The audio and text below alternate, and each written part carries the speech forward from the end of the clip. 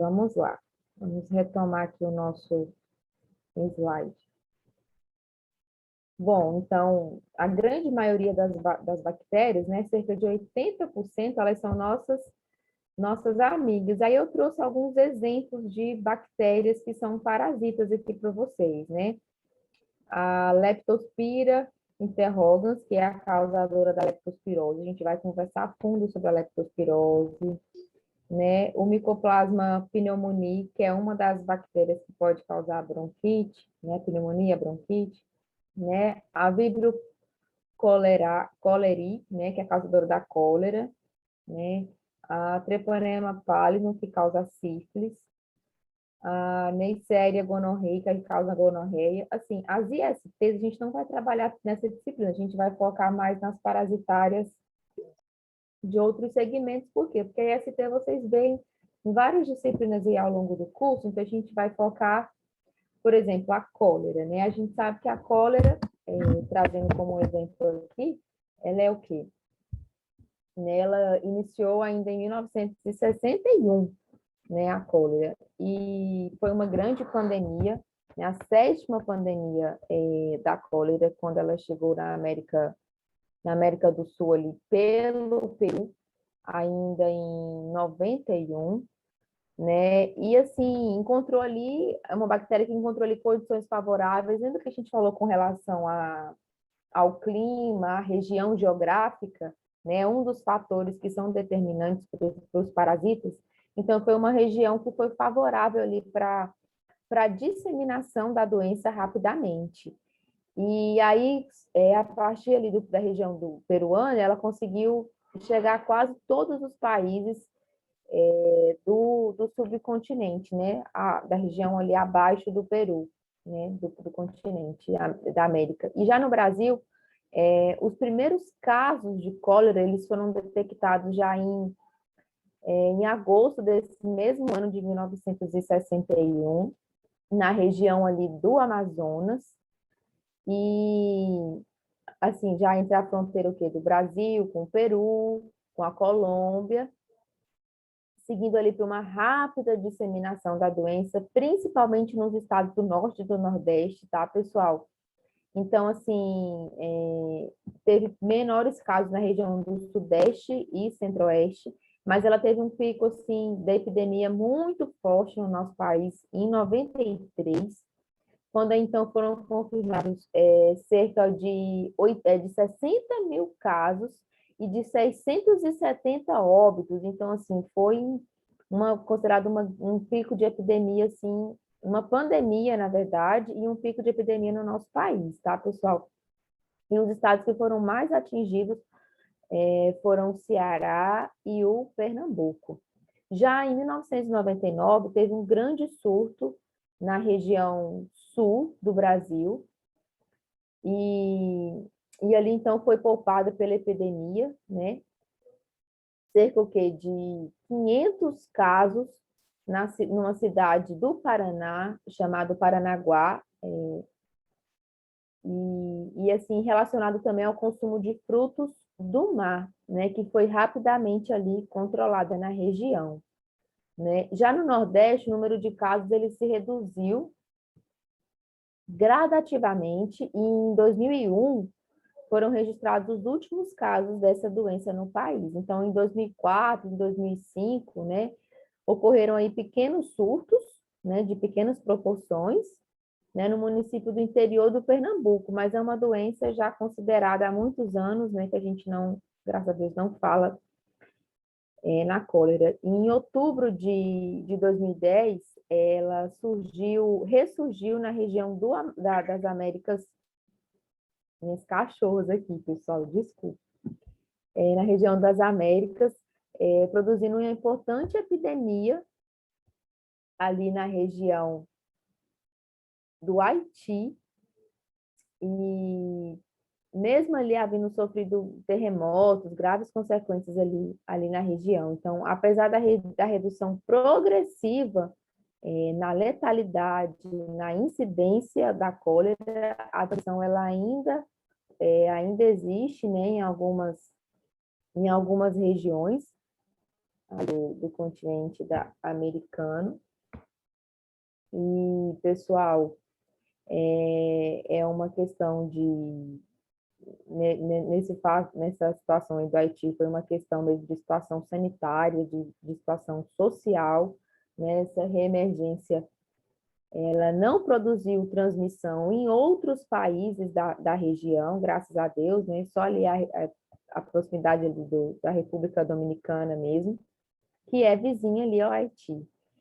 E, então, isso serve de alerta, né, para a necessidade da manutenção das ações de vigilância com relação a doenças que são diarreicas, né? Trazendo o exemplo da cólera, porque a gente tem falado pouco sobre a cólera, e como a gente vai focar em outras patologias, eu resolvi conversar aqui rapidamente sobre mais um dos tipos, né? E além das bactérias, nós temos também os vírus parasitas. Eu acho que aqui a imagem está cortando. Deixa eu tentar diminuir mais um pouquinho. Eu trouxe aqui alguns exemplos de vírus, né?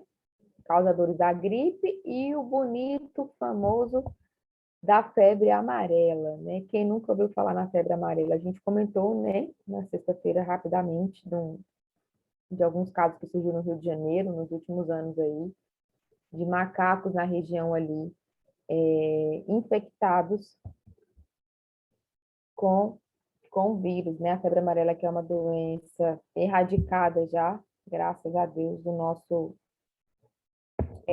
país. E aí, pessoal, quando a gente fala nos protozoários parasitas, aqui na imagem tem o ciclo de vida, o ciclo biológico do plasmódio, né?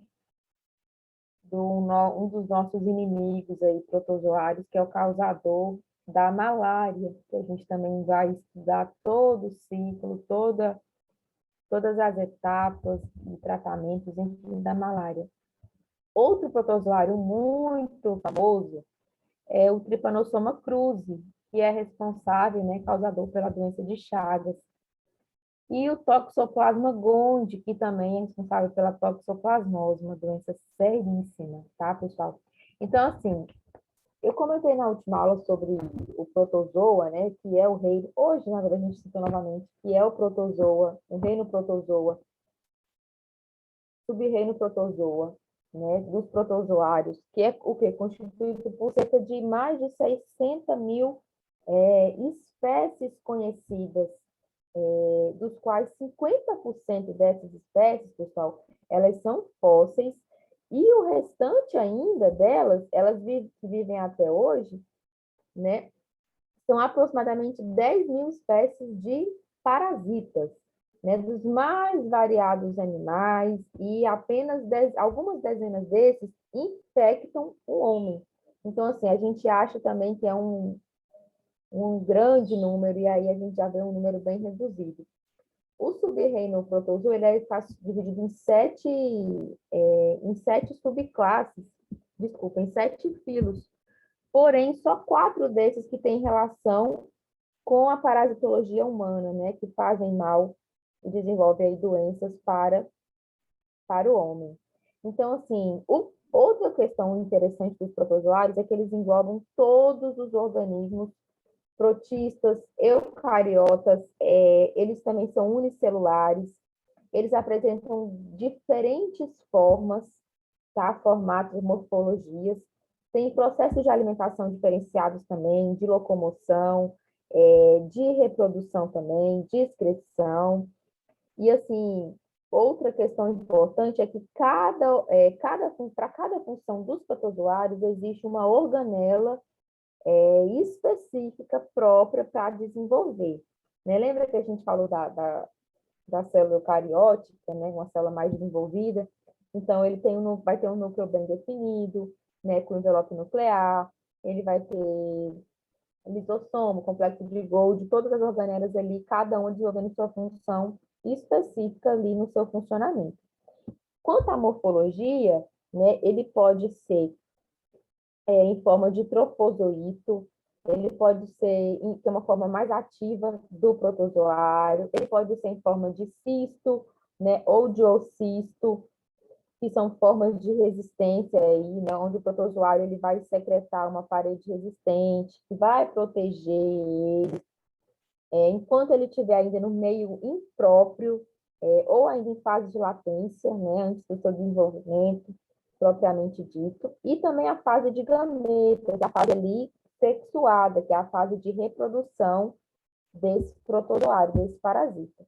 Quanto à reprodução dele, pessoal, o protozoário ele pode se reproduzir tanto de forma assexuada como de forma sexuada, né? Na forma assexuada, ele pode ser por divisão binária, ele pode ser por brotamento, que a gente falou isso na última aula, ele pode ser por endogenia, que a gente também citou na última aula, ou de forma sexuada, né, por conjugação, ou por cigamia, por fecundação propriamente dita também. A nutrição aí dos protozoários, elas podem ser, né, a tipo de alimentação deles pode ser tanto de forma holofílica, né, ou autótrofa, né, quando ele consegue sintetizar o seu próprio alimento, como ele também pode ser de forma holozoica ou heterotrófica. A gente também deu essas nomenclaturas na aula anterior, né? Onde ele vai ingerir partículas ali de origem animal, vai digerir e depois ele vai expulsar. Então, essa digestão normalmente se dá por fagocitose ou por pinocitose também. E também eles podem se alimentar de forma saprozoica, né, que é onde ele absorve substâncias orgânicas de origem vegetal já decompostas. Então, sempre quando vocês verem esse prefixo sapro, lembrem de decomposição, de animais aí já mortos, que já estão em fase de decomposição. E a mixotrófica, que é a nutrição onde ele é capaz de se alimentar por mais de um método. Então, às vezes, ele pode ser autótrofo numa fase e num momento do ciclo de vida ser heterotrófico, por exemplo, enfim. A forma de excreção, ela pode ser feita por difusão, né, através da própria membrana aí desse protozoário, ou expulsão desse metabólito aí. A respiração pode ser aeróbica ou anaeróbica. Também tem a questão da locomoção, né? Essa locomoção pode ser através das próprias organelas do protozoário, aí vai depender da forma, da morfologia dele. Então, pode ser por cílios, por flagelos, por pseudópodes, né? Por microtúbulos, vai depender aí da própria organização dele, tá, pessoal? Lembrando que a malária, ainda na região da Amazônia, ela é bastante presente, né? Na nossa região aqui do Tocantins, nem tanto, né? Então, um dos exemplos aqui que nós trouxemos, né? Vai depender bastante da questão geográfica aí. Sobre os vermes, tá, pessoal? Esses vermes, eles podem ser achatados, por exemplo, dos filos aí plateumintos, podem ser cilíndricos, né? Dos nemateumintos, tá? Eu trouxe aí uma linda imagem do intestino. Quem é que lembra aí? A famosa lombriga. E aí, dentro dos eumintos, pessoal, dentro do filo aí, dessa classificação dos plateumintos, por que plateumintos? Porque no gênero plat, né, esse prefixo aqui, plat, ele significa chato. Então, são organismos, desculpa, são parasitos de formato achatados, né? São vermes de formatos achatados. Alguns exemplos aí que nós trouxemos foi a Schistossoma mansoni, que é a causadora da esquistossomose, a tênia, que a gente comentou um pouquinho já nas últimas aulas, né? A famosa solitária, causador da teníase, da cisticercose, da neurocercose também. E ainda dentro dos plateumintos, pessoal, eles são uma classe representada aí pelos mais inferiores, né? Tipos de eumintos, os menos desenvolvidos, vamos dizer assim. Eles possuem aí características que representam a sua simetria bilateral, por exemplo, uma extremidade anterior com órgãos sensitivos e já outra de fixação e uma extremidade, no caso, né, posterior aqui à sua forma, tá? Também são ausentes de endoesqueleto, por exemplo, são achatados, não possuem celoma, eles podem ser com ou sem tubo digestivo também, tá? Eles podem ter uma vida livre, né? Podem ser ecto, podem ser endoparasitos, né? Podem estar fora ou dentro aí desse parasito. Depois de muitos avanços aí, tentaram diferenciar ainda mais, mas assim, são a forma, eu quero que vocês fixem bem que são a forma mais simples aí, mais primária, né, dos vermes, dos eumintos, tá, pessoal? Tá um nome meio grosseiro, verme, mas é a classe dos eumintos. Já a outra classe, que são os nemateumintos, ou a gente pode chamar, na verdade, não é classe, tá? Dentro dessa divisão de categorias, nós estamos falando dos filos, né? Seria o filo nematoda, ou os nemateumintos, né? Dentro dos exemplos aí que eu trouxe para vocês, nós temos o Ancylostoma duodenale, que é muito famoso, a gente vai citar bastante ele, né? Que é causador da ancilostomose, a Ascaris lumbricoides, né? Que causa ascaridíase, né? A famosa lombriga, né? Quando a gente fala, pessoal, dos nematóides, dos nematomitos, né? São aí um grupo representado aí por diversos tipos de habitats, né? Então, é uma espécie, por exemplo, que ela está livre, principalmente livre no meio aquático e também presente no meio terrestre, e também até entre os parasitos vegetais, tá? Dentro de todos os invertebrados, de todos os vertebrados também.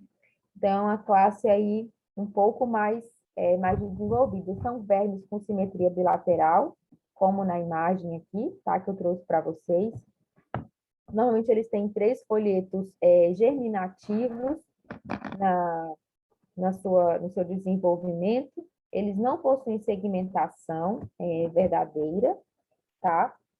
Eles também não têm um sistema circulatório próprio, né? O sistema nervoso aí dessa classe, ele já conta com o cérebro formado por gânglios nervosos, tá? Eles possuem uma reprodução e um processo de atingir os seus hospedeiros bastante diversificados, tá? Diferente lá dos plateumintos, que são mais simplórios, tá? Eu estou trazendo assim de uma forma geral, só para a gente entender algumas colocações e algumas diferenciações aí leves entre cada um deles, mas a gente vai conversar sobre cada tipo.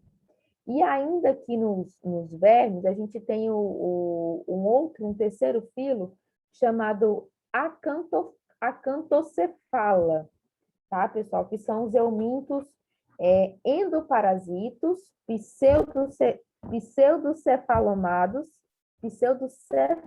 pseudocelomados, desculpa, que possuem aí uma simetria bilateral, sem tubo digestivo, tá? Eles também vão apresentar um corpo cilíndrico, ligeiramente comprido, e aí tendo um tamanho variado entre meio milímetro e algumas espécies chegando até 25 milímetros, ou seja, 2,5 centímetros, tá? Ele tem um corpo dividido entre presoma e tronco, tá? Então, assim, ele é ainda mais uma das diferenciações aí da classe. Ainda continuando aí, tentando diferenciar mais um pouquinho, a gente também vai ter exemplos de fungos parasitas, tá? Então, são parasitas que afetam normalmente as plantas, tá, pessoal? Eles também podem parasitar animais, como insetos, e até mesmo no ser humano, homem. E aí eu trouxe para vocês um exemplo do fungo Emileia bastatris, que é o causador da ferrugem do cafeeiro. Tem até uma imagem aqui, né? O fungo que se deposita lá na planta. E ele tem essa característica meio aí amarelada, de amarelamento das folhas, né? A mudança da cor.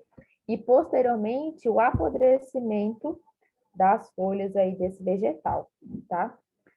E também tem um outro tipo de fungo, que é do gênero Trichophyton, que são causador das frieiras, né? Nos pés aí do homem, né? E às vezes a gente vê lá nas plantas da gente desenvolvimento de alguns fungos aí, eu trouxe esse como exemplo, mas existem alguns fungos que atuam também nas plantas. Outro tipo de parasita são plantas parasitas. O que seriam plantas parasitas? São plantas que parasitam outras plantas, tá? Em outras plantas. Ah, os cachorros aí latindo aí são os meus aqui de casa, que são só 3. Quero pedir desculpas para vocês aí pelos barulhos aí de vez em quando. E geralmente essas plantas que parasitam outras plantas, elas não possuem clorofila e elas também penetram no organismo da planta hospedeira, no caso, para absorver nutriente e também matéria orgânica transportada nos vários condutores de seiva, desculpa, aí no decorrer do tronco, né, das raízes para o tronco da planta, para a nutrição. Então, por ela não produzir clorofila, ela não consegue fazer a sua troca, a sua inspiração e manter a sua nutrição. Então, ela vai lá parasitar outra planta para poder sobreviver, literalmente, né? Um exemplo que eu trouxe aqui foi do gênero Cuscuta, conhecido popularmente como fios de ovos, que cresce na parte aérea aí da planta hospedeira. Mas para conhecimento da gente, né? A gente vai focar mesmo aqui nessa disciplina nos eumintos e nos protozoários, tá, pessoal? Outro exemplo muito comum que eu trouxe para vocês são os artrópodes parasitas, né? O famoso piolho, a famosa pulga e o famoso carrapato, né? Que transmite doenças aí, desenvolve aí patologias no animal e também no homem. São os principais exemplos aí mais comuns para a gente abordar aí na aula de hoje. E, assim, uma outra situação que a gente não vai tratar tanto nessa disciplina, mas eu trouxe para conhecimento de vocês, que é um exemplo de uma ave parasita, que é o cuco. Normalmente os cordados, eles não têm, são mais raros, né, no meio das aves de exemplos de parasitas. Mas esse da família Cuculidae, ele é um parasita. E por que ele é um parasita, né? Um tipo de parasitismo de ninhada, que nós chamamos, né? Porque a fêmea desse tipo de ave aqui, ela deposita os seus ovos lá no ninho de outra espécie de pássaro, né? Coloca lá os ovos dela no meio dos outros ovos, né, da outra espécie ali, para que a fêmea ali não perceba e acabe protegendo os ovos do cuco. E aí vai alimentar os filhotes de cuco ali posteriormente, né? Como os cucos eles possuem um tempo curto de desenvolvimento no interior dos ovos, eles nascem antes, normalmente, do que os filhotes do ninho ali, né? Do ninho ali hospedeiro, vamos dizer assim. E aí acaba expulsando ali os filhotes, prejudicando a espécie hospedeira, né? Então, só mais para quesito curiosidade, eu só quero que a gente, a partir de hoje, consiga um pouquinho mais diferenciar um verme, um euminto, de uma bactéria, de um protozoário, né? Para a gente poder, e de um vírus, para a gente poder estar conversando a partir de amanhã das, das doenças parasitárias propriamente ditas. E aí, ao longo de cada uma, eu vou especificando para vocês. Alguma dúvida até aqui, pessoal? Tranquilo nossa aula? Tranquilo, professora. Algum comentário, alguma sugestão, alguma pergunta? Não, professora, tudo Tranquilo? isso. Pessoal, eu já vou postar para vocês as primeiras lá no nosso grupo do WhatsApp e amanhã na nossa plataforma, para quem puder dando uma lida no material, a gente vai começar a focar e especificar cada uma delas. Eu agradeço a atenção de todos vocês, desejo uma ótima semana, bons estudos, bom trabalho e bom descanso. Boa noite. Obrigada. Boa noite.